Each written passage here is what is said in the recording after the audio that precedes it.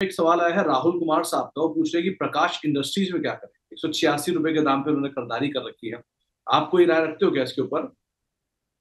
Sir broader range में फंसा हुआ है। 190 ऊपर में नहीं तोड़ रहा है, 150 नीचे में नहीं तोड़ रहा है, रेंज के लोअर एंड से चला है तो अपर एंड 190 तक आ सकता है। हम्म। शैलेश कुमार साहब पूछ रहे हैं कि इनके पास यूनाइटेड स्पिरिट्स के शेयर है 1340 रुपए के दाम पे। क्या इन्हें फर्दर ऐड करना चाहिए या बने रहना चाहिए? 1364 निकलने के बाद अगर ऐड करते हैं तो बढ़िया मोमेंटम में 1498 रुपए तक मिल सकता है। रोहिणी मित्तल जी के पास आरती ड्रग्स के शेयर है 522 रुपए पर इन्होंने खरीदारी की है। और इनका नजरिया लंबी अवधि का है। अब इसमें क्या करना चाहिए इन्हें आइडियली? लंबी अवधि का नजरिया तो शांति से बैठना चाहिए सर। 643 तक पहले आएगा। 643 का ब्रेकआउट अगर निकालता है तो फिर 800 850 का टारगेट खुलेगा। तो आइडियली सिट टाइट अच्छी चीज लेके रखे बैठे हैं तो बैठे रहिए आराम से। ओके, तो एक बढ़िया चीज आपने लेके रखी हुई है, आप आराम से लेके रखिए, यही एक आपको राय यहाँ पर दी गई है। इसके अलावा कुछ और सवालों में एक सवाल आया हुआ है योगेश शुक्ला साहब का। ये आईएफसीआई में और केनरा बैंक में आपकी एक राय जानना चाहते हैं, इनमें क्या करना चाहिए इनको? सर आईएफसीआई और कैन बैंक तो सर एकदम राय साफ है, जो हमेशा से रही है। 106 का सपोर्ट स्वीप करके आया है और वापस से स्विंग हाई पे आ गया। 117 तो ऑल टाइम हाई, 121 जिसकी हम बात करते आ रहे हैं लंबे समय से। ना सिर्फ वो टेस्ट होगा बल्कि अगर वो ब्रेकआउट देता है तो कपनैडल पैटर्न का ब्रेकआउट हो जाएगा। 150 155 का टारगेट खुल जाएगा। स्टैंडर्ड डिस्क्लेमर, फैमिली पोर्टफोलियो में ये स्टॉक है। दूसरा स्टॉक था इनका आईएफसीआई लिमिटेड। मोमेंटम डेवलप करने की कोशिश कर रहा है। 3-4 दिन का समय दीजिए क्योंकि बीच में इंस्टीट्यूशन वॉल्यूम ठीक ठाक आया था। 3-4 दिन का समय दीजिए। अगर इसी तरीके से पैटर्न कंटिन्यू रहा तो एक बढ़िया ट्रेड बनेगा, बट फिलहाल के लिए अगर ये मोमेंटम रहा तो 65 तक जा सकता है। तो आपको एक राय यहाँ पर दी गई है। आप दोनों स्टॉक्स में केनरा बैंक को लेकर भी और आईएफसीआई को लेकर भी उसको फॉलो कर सकते हैं। सिगाची इंडस्ट्री, रोहन बलूजा साहब पूछ रहे हैं कि इसमें आप क्या उम्मीद लाकर बैठे हो, क्या करना चाहिए? अच्छा रहिए। ये वो कंपनी थी जिसके प्लांट में आग लगी थी और उसके बाद ये एकदम टूटा था। बट उसके बाद सेलिंग ड्राई अप हो गया पिछले 4 दिन से। Multiple multiple institution buying candle है। एक में मतलब एवरेज वॉल्यूम 16 मिलियन का है, एक में 103 मिलियन का वॉल्यूम है, अगले दिन 192 मिलियन का वॉल्यूम है, अगले दिन 166 मिलियन का वॉल्यूम है, अगले दिन 115 मिलियन का वॉल्यूम है। तो सेटअप डेवलप हो रहा है। मोस्ट लाइकली जब भी ये सेटअप डेवलप होगा हम ट्रेड जरूर देंगे क्योंकि एक्टिव वॉच लिस्ट में है। बट मेरे को लग रहा है कि आराम से 58 59 तक ये जा सकता है स्टॉक। ओके। तो आपको एक राय यहाँ पर दी गई है। इसके अलावा डीवी कोचिंग क्लासेस हैंडल यानी आकांक्षा जी का भोपाल से एक मैसेज आया है। ये पूछ रहे हैं कि वेल्सपन लिविंग क्या इस लेवल पर बाय बनता है? तो कौन सा? वेल्सपन लिविंग। वेल्सपन लिविंग मेरे को अच्छा लग रहा है सर। स्टॉक अपने रेजिस्टेंस के ऊपर भी चल रहा है। ये शायद कल परसों भी डिस्कस हुआ था कि 125 रुपए 50 पैसे क्रॉस करेगा तो 131 आएगा, जो आज आ चुका है।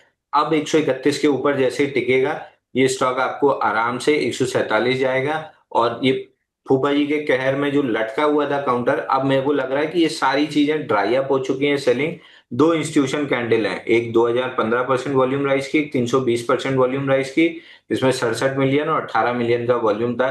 धीरे धीरे करके स्टॉक 150 जाना है और 150 निकलने के बाद 180 रुपए जाना है। तो जा तो 180 रुपए रहा है। अब ट्रेडर थोड़ा थोड़ा करके पैसा निकालेगा, इन्वेस्टर लंबा पैसा निकाल लेगा। ओके। जुबैर खान साहब हमारे मेंबर भी हैं, इनके पास अशोका बिल्डकॉन के शेयर है 194 रुपए के दाम पर। अब ये पूछ रहे हैं कि क्या शॉर्ट और लॉन्ग टर्म के लिए इनके पास टारगेट रहने चाहिए इस स्टॉक को लेकर? अच्छा देखिए, मार्जिन में इंप्रूवमेंट आया है। 3 क्वार्टर में 24 से 27, 27 से 30% हुई है। सेल्स में भी पिछले 2 क्वार्टर में, सॉरी, ईपीएस में भी पिछले 2 क्वार्टर में 73 और 45% ईपीएस राइज है। और नीचे से एक फ्लैगिश काइंड ऑफ पैटर्न बना हुआ है। अगर ये 196 197 निकालता है तो फिर 217 और 228 इतने तक की मूव बन सकती है। तो I would be a buyer above 197 क्योंकि फंडामेंटल तौर पे सुधरा है, मार्जिन और ईपीएस अच्छी हुई है और फ्लैगिश पैटर्न बना हुआ है। तो 197 का अगर ब्रेकआउट मिला तो मैं लॉन्ग प्ले करूंगा। ओके। वकील अहमद साहब ने आपको एक कॉम्प्लीमेंट दिया है कि अंशुल सर की चेहरे की चमक आज कुछ ज्यादा ही चमक रही है। अंशु, कोई खास वजह है क्या जैसा? बिल्कुल सर, 1800 की दो रिंग लाइट लगवाई है। ये देखिए यहाँ चश्मे पे आपको ये यहाँ दिख रही होगी, ये रिंग लाइट यहाँ पे ये हाँ, तो इसकी वजह से ज्यादा चमक रहे हो क्या? 1800 हाँ, इसीलिए मेरा चेहरा चमकता हुआ दिख रहा है। चलिए, तो मुझे, पैसा वसूल हुआ, मैनेजमेंट को एक क्लिप काट के भेज दूंगा कि 3600 रुपये आपका खर्च हुआ है। तो तारीफ भी मिल गई है मनी 9 से। नहीं नहीं, वैसे भी आपका चेहरा तो चमक ही रहा है, मतलब ज्यादा शाइन मार रहा है, तो हो नहीं, सकता है मे आपसे बी। नहीं, आप एनीवेज, चल आपने नहीं पोषक। नहीं, अब आपने छेड़ दिया तो अब एक मिनट सुन लीजिए। पहले तो चेहरा आपका ज्यादा अच्छा चमक रहा है। दूसरी चीज, आपने जो सलाह दी थी ना, आपकी सलाह जब भी मैं मानता हूँ मेरे कायदे से लगते हैं। पिछली बार आपने सलाह दी जिम ज्वाइन कर लो, एक हफ्ते तक शरीर में जितना दर्द रहा उसका कोई हिसाब नहीं रहा। फिर आपने अभी रिसेंटली सलाह दी कि जिम अगर ठीक से करना है, कोई चोट वोट नहीं लगनी है, आपने बोला पर्सनल ट्रेनर ले लो। मैंने पर्सनल ट्रेनर ले लिया। वो भाई साहब ऐसी स्ट्रेचिंग कराए हैं कि कोना कोना अंग अंग में दर्द है मेरे। मतलब इतनी स्ट्रेचिंग, जहां जहां से आवाज निकल सकती थी हर जगह से आवाज निकल चुकी है, चट की। लेकिन ये है कि 6-7 दिन तो मतलब दिल से मैंने आपको जो जो बोल सकता था सब बोला है। लेकिन आज जाके जब शरीर हल्का लगना स्टार्ट हुआ है, तो आज से दुआएं देना स्टार्ट की है कि नहीं, सलाह अच्छी थी। 6 दिन का दर्द झेलने के बाद आज जाके लग रहा है कि शरीर में फ्लेक्सिबिलिटी वापस लौटी है। पहले जो अकड़न थी वो निकल गई, और पीठ दर्द जिसको मैं 12 साल से झेल रहा था उसमें बहुत आराम मिला है। तो जैन साहब पहले तो देखो, छह छह जैन हफ्ते साहब, जो सुनाया है उसके लिए, 6 दिन जो सुनाया है उसके लिए क्षमा। और अब आपको धन्यवाद दे रहा हूँ। नहीं नहीं जैन साहब देखो, 25 साल से गाड़ी खड़ी हुई है, अब उसमें जब तेल वेल डलेगा, स्टार्ट होगी, तो शुरू तो आवाज करेगी ना, लेकिन धीरे धीरे और रफ्तार पकड़ेगी, सही होगी, परफॉर्मेंस भी देगी। लेकिन अभी के लिए हाँ ठीक है, थोड़ा बहुत तो पेन झेलना पड़ता है, हर चीज की शुरुआत कब खराबी होती है। पहला step is the worst step, उसके बाद से चीजें बेटर हो जाती है, तो ऐसा कुछ नहीं है, ठीक है अभी चलने दो। ये जिम तो वैसे भी खाना खाया है तो वर्कआउट करना ही है, उसमें क्या ही इतना सोचना। एनीवेज, चमक आ गई मतलब चेहरे पे जिम की वजह से, ये तो समझ में आ रहा है। फिर इनका सवाल भी था कि पोषक लिमिटेड में क्या करें, आज वो 3-3.5% ऊपर चला हुआ है, प्रमोटर ने भी रिसेंटली बाय किया है काफी ये शेयर, क्या करें अभी?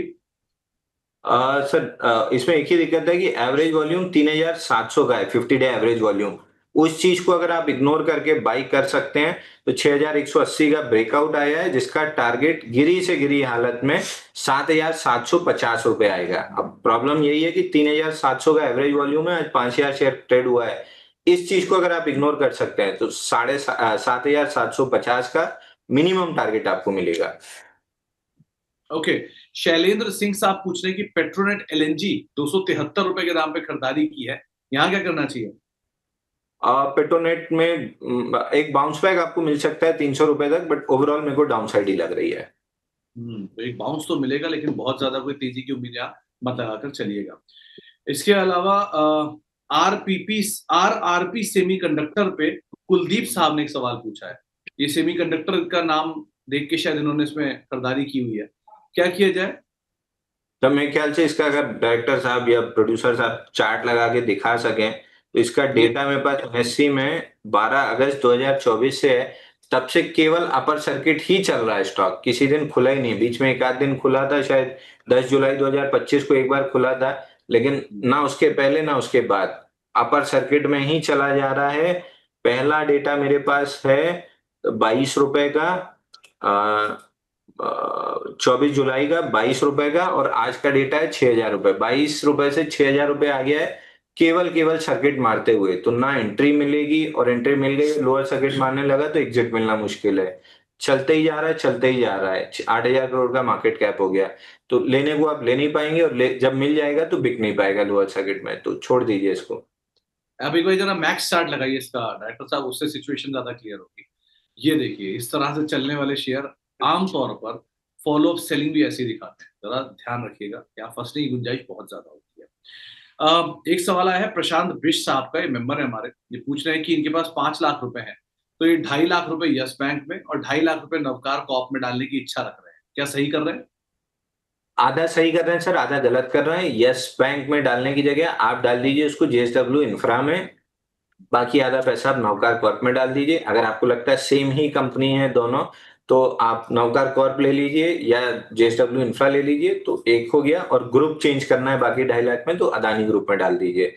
बट यस बैंक मेरे को नहीं समझ में आता। न्यूज अगर सब अच्छी बैठने लगी तो 27-28 रुपए हो जाएगा, लेकिन अगर गलत बैठने लगी तो नीचे भी उतनी तेजी से आएगा। तो वो अगर मगर वाली रिस्क लेने की जगह जहाँ शॉर्टी ज्यादा है वहां पे जाना चाहिए।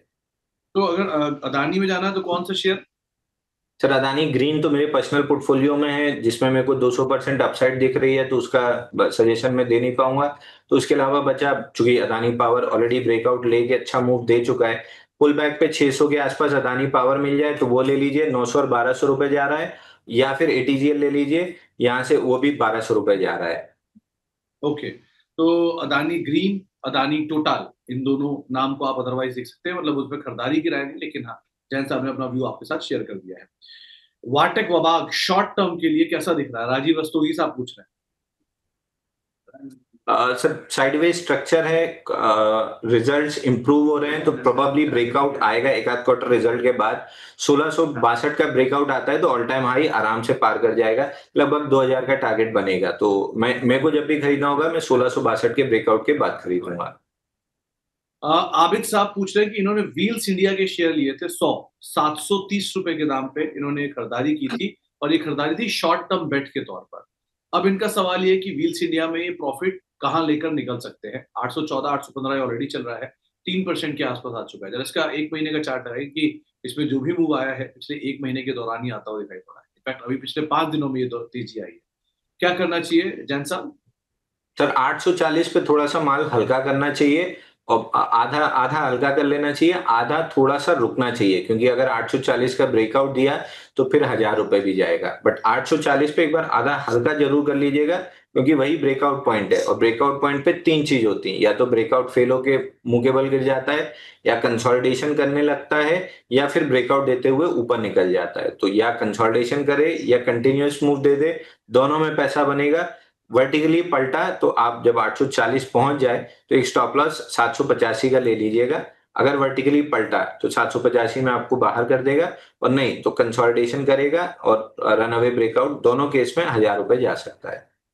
ओके, अभिषेक मणि साहब हमारे मेंबर हैं, ये पूछ रहे इटर्नल में क्या करना चाहिए, यानी जोमेटो में। इटर्नल में तो सर हमारी एफ टीम रेगुलर बाई देती आ रही है। मेरे को पता नहीं क्यों पर्सनली मैं फर्स्ट मूव प्ले कर पाया था, ये लास्ट वाली मूव प्ले ही नहीं कर पाया जो 220 230 से चली।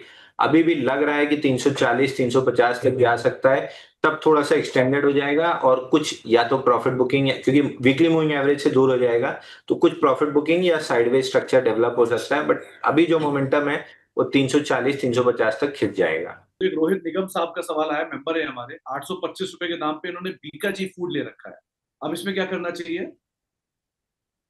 तो बीका जी ठीक लग रहा है, 2 दिन ब्रेकआउट दिया था, आज थोड़ा सा पुल बैक कर रहा है इनटू 10-20 डे मूविंग एवरेज, तो यहाँ से वापस 799 जब भी निकलेगा 840 रुपए तक जा सकता है। पैटर्न ठीक ठाक डेवलप हुआ है, 840 रुपए दिख रहा है।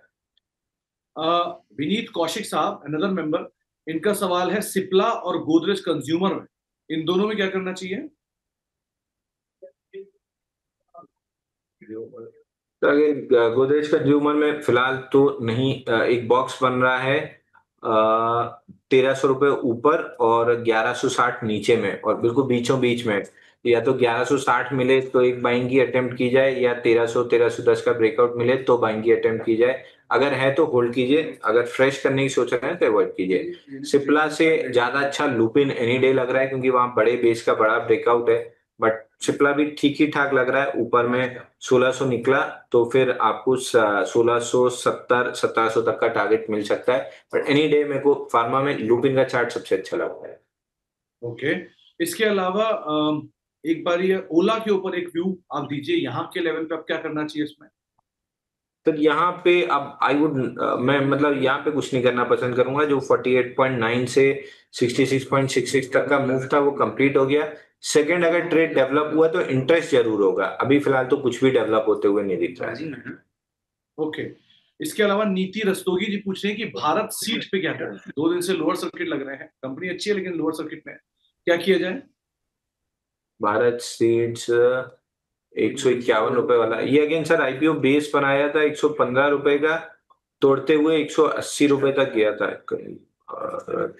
बीएससी से एनएससी में तो नहीं आया, सॉरी माय बैड, आईपीओ नहीं था, एनएससी में अभी आया, बीएससी में बहुत पहले से है। बड़े बेस का ब्रेकआउट बना था सर, इसमें 124 रुपए का बड़े बेस का ब्रेकआउट बना है। मेरे को नहीं लगता इसमें बहुत ज्यादा कोई दिक्कत है। वीकली चार्ट पे मैं आपको बता दे रहा हूँ, 397 अराउंड फिगर, 400 पकड़ लीजिए। 400 हफ्ते का बेस ब्रेकआउट बना है 120 रुपए पे, वहां से नॉन स्टॉप गया है 178। पुल बैक में शायद आपको 120 रुपए तक वापस मिल जाए, या 125 128 पे भी जाके अटक सकता है। पुल बैक ले रहा है, ये कोई ब्रेकडाउन नहीं है, कुछ नहीं है। 400 हफ्ते का बेस ब्रेकआउट आया है, ये केवल उसका पुल बैक है। जो 120 126 तक भी आए तो कोई ज्यादा घबराने की जरूरत नहीं है। वहां से वापस से रीटेस्ट करके जब चलेगा, आराम से स्टॉक में 250 270 तक की अपमूव मिल सकती है। हर क्वार्टर में सेल्स भी इंक्रीज है, ईपीएस भी इंक्रीज है, मार्जिन 4% के आसपास स्टेबल है। यही मार्जिन अगर 6 और 8% हो गई, ईपीएस और सेल्स दोनों फट जाएंगी। तो फंडामेंटली ठीक है, टेक्निकली ठीक है, केवल एक पुल बैक ले रहा है। इनफैक्ट ये मारुति और सुजुकी की कंपनी, तो इसके प्रमोटर भी मारुति और सुजुकी है, और जो 75,000 करोड़ का केपेक्स मारुति और सुजुकी कर रहे हैं, उसका सबसे बड़ा ऑर्डर जो जाएगा वो इन्हीं के पास ही आएगा। लार्जेस्ट प्लेयर है उनको सप्लाई के तौर पर, 98% रेवेन्यू वहां से उठाते हैं। एनीवेज, एक सवाल आया है सुभाष मेहता साहब का, इनके पास एसबीआई है, अभी उसमें टारगेट पूछ रहे हैं, क्या करा जाए? तो एसबीआई तो देखिए ऑल टाइम हाई जा रहा है, और ऑल टाइम हाई निकला तो 1,000 रुपए जा रहा है। 195 डेज का कपना वीसीपी पैटर्न कहूंगा, कपनान ले 195 डेज का वीसीपी पैटर्न है। ब्रेकआउट जिस भी दिन ले लेगा 865 के ऊपर, आराम से 1,000 रुपए चला जाएगा। तो अगर आप पेशेंस वाले इन्वेस्टर हैं, धीरे धीरे चलता है, ये चला जाएगा। ओके, जैन साहब आपके जाने का समय हो रहा है, तो अब जरा जाने से पहले आपकी इंडिविजुअल कॉल भी देख ली जाए, तो जरा ये चलाइए चुन चुन के।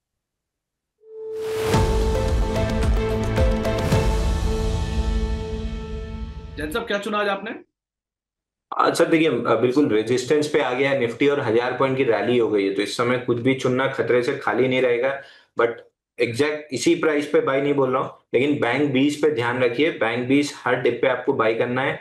54,900 के आसपास मिल जाता है तो बैंक 20 बाई करके रखिए, ऑल टाइम हाई मिल जाएगा। फिलहाल चूंकि 1,000 पॉइंट की रैली हो गई है और एकदम रेजिस्टेंस से आज थोड़ी सी सेलिंग दिख रही है, I would stick to index के ईटीएफ। जब पुल बैक कंप्लीट हो जाएगा और वापस मिड कैप स्मॉल कैप का टाइम आएगा, भर भर के फिर देना स्टार्ट करेंगे। बट अब ये वो जोन आ गई है जहां पे थोड़ा सा आपको कॉशियस रहना चाहिए। Better switch to index ETF. Bank 20 पे ध्यान रखिए, ऑन द डिप्स इसको ऐड करते चलिए। ऑल टाइम हाई इसका, बैंक 20 का ऑल टाइम हाई है, बैंक 20 का ऑल टाइम हाई है 596। इससे एक 10% ऊपर का टारगेट पकड़ लीजिए, यानी 650 का टारगेट पकड़ लीजिए, वहां तक आ जाएगा। 650 ही आएगा, मतलब 65,000 बैंक निफ्टी।